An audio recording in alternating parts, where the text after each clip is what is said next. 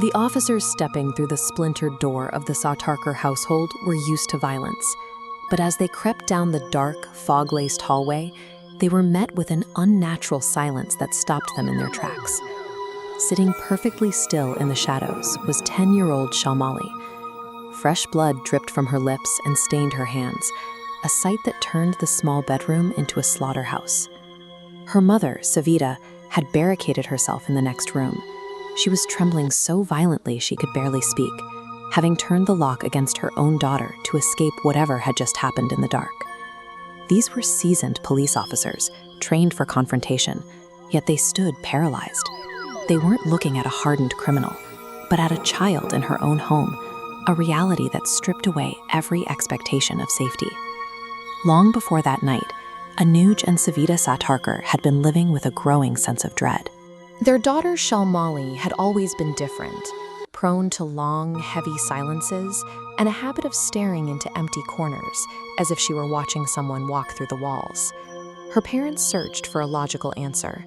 They took Shalmali to specialists, putting her through every neurological and psychological evaluation available, certain that her behavior was the result of a treatable condition. This chart shows the results of those evaluations, and as you can see, the page is essentially blank. Doctors declared Shalmali physically and psychologically perfect. In a clinical setting, this void meant she was healthy, but back in the Sautarker home, there was no diagnosis for the way her presence seemed to darken a room, and no medication for the behavior her parents were witnessing. Since the tests showed no trauma and no illness, Savita and Anuj had to face a reality where Shalmali's condition didn't exist in any medical book. The tension finally broke on the night Savita placed the 911 call. She woke up in the middle of the night to a silence so heavy it felt as if the house were holding its breath. Savita slipped out of bed and walked down the hallway. She didn't hear a struggle or a scream. She simply followed a cold draft toward her daughter's bedroom. When she pushed the door open, she saw Shalmali sitting upright in the moonlight, her nightgown and face soaked in blood. Savita didn't run to her daughter to wipe the blood away or check for wounds. She backed out of the room and turned the lock, the instinct to protect replaced by a desperate need to put a wall between herself and the child on the bed.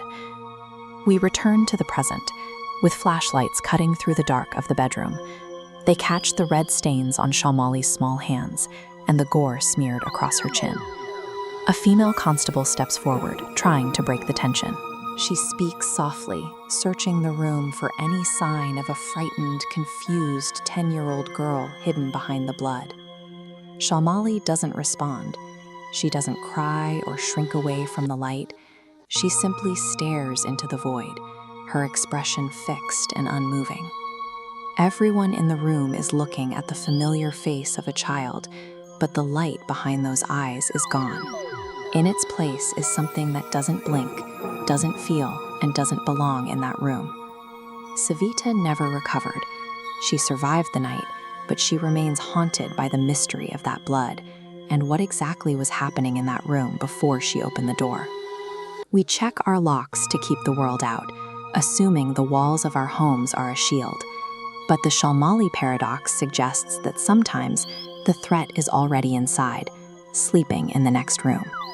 When logic and medicine fail to explain a child's behavior, where do you look for the answer? Tell us what you think happened.